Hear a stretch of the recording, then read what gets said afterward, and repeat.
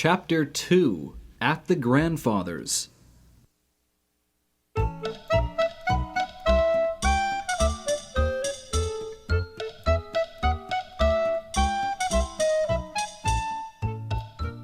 Heidi didn't notice her aunt's departure. She was too busy exploring. She peeped inside the goat shed built behind her grandfather's hut and saw the animals' beds and feeding trough. She listened to the wind whistling and roaring through the tall fir trees that grew beside the hut. When the wind quieted, she returned to her grandfather, who was blowing great clouds of smoke from his pipe and staring into the valley below. She planted herself in front of him, hands clasped behind her back. "What do you want?" he asked gruffly. I want to see inside your hut.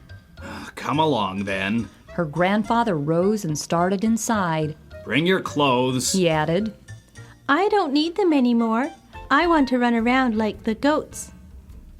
The old man turned round and looked sharply at Heidi. Her black eyes were shining with curiosity and excitement. "So you shall, He said. but bring them anyway. We'll put them in the cupboard. He added under his breath. She's certainly not lacking in brains." Heidi picked up the bundle and followed him into the hut's one large room. In one corner stood a bed.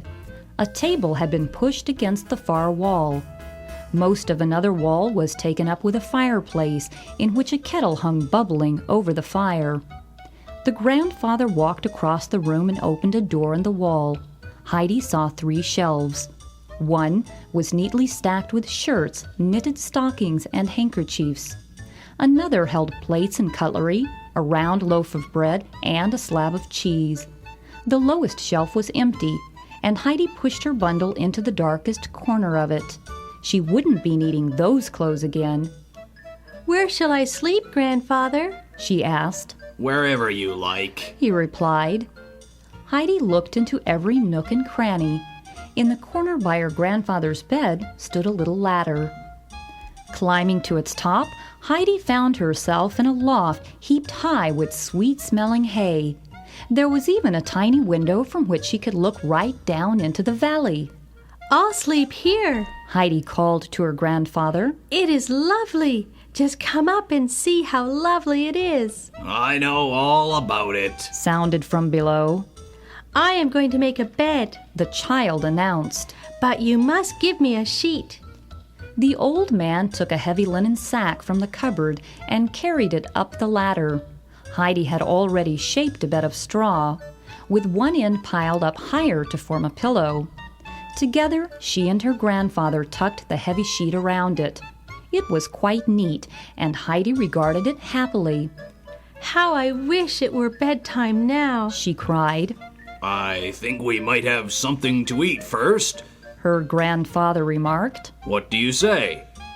Oh, yes. Heidi cried, suddenly remembering that she had not eaten since breakfast. "Well, let us go down, since we are agreed," said the old man, and followed close upon the child's steps. He went to the fireplace and picked up a long fork.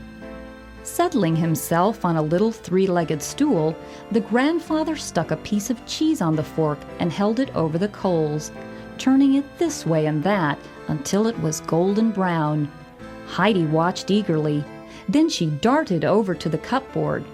From the second shelf she took 2 plates, 2 knives, and a loaf of bread. "That is right, to think of doing something yourself. Said the grandfather. But there is something still lacking."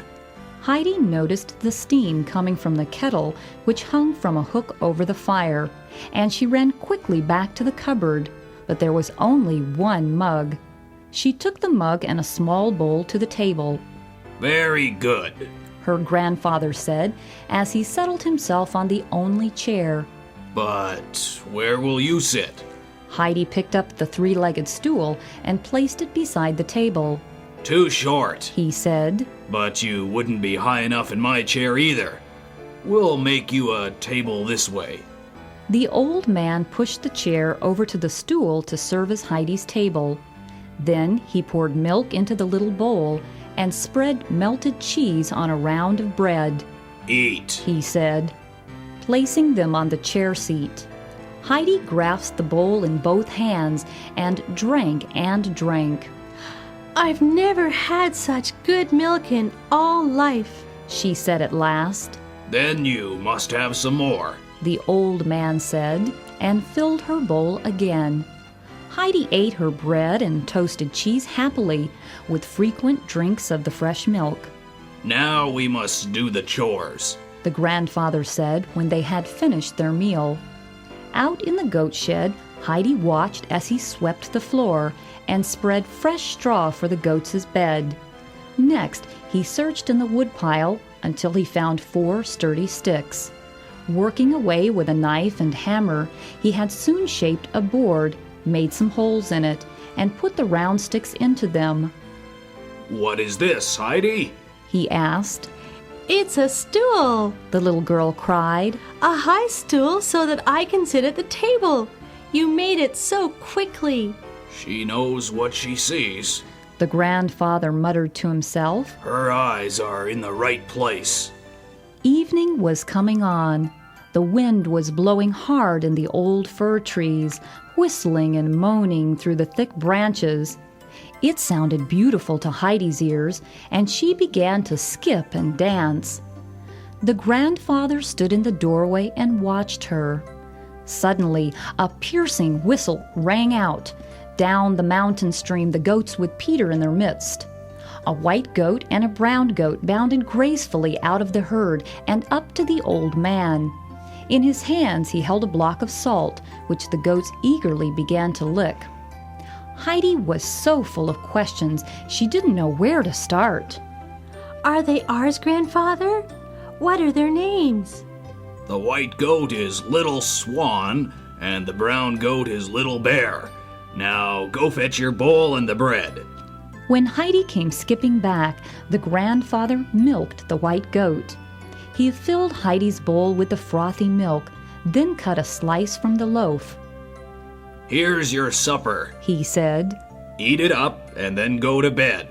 I have to look after the goats. The old man disappeared into the shed, the goats scampering at his heels.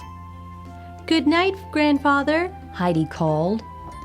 Soon she was climbing the ladder to her bed, where she slept as soundly as a princess. Not long after, before it was entirely dark, the grandfather also went to bed. He lay listening to the wind howl among the trees. The hut trembled, and its rafters creaked. She may be afraid, he said to himself, and climbed the ladder to the hayloft. The moon shone brightly through the small window onto Heidi's bed. She lay sound asleep, a happy smile curved on her rosy lips. The grandfather gazed at the sweetly sleeping child for a long while. Then he went back to his own bed.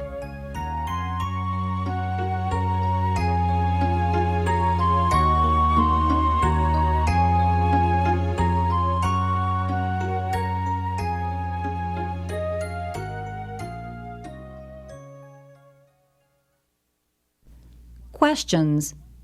1. What did Heidi do after her aunt left her grandfather's house? 2.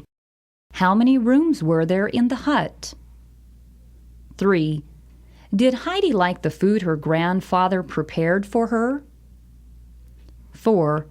Where did Heidi choose to sleep? 5. What did the old man make for his granddaughter before she went to bed that night? 6. Did the old man think that Heidi was a bright girl? 7. What were the names of the old man's goats? 8. Did Heidi enjoy the fresh milk from Little Swan? 9. Was the old man worried about Heidi when the strong wind made the hut tremble and creak that night? 10. Did Heidi have a sound sleep that night?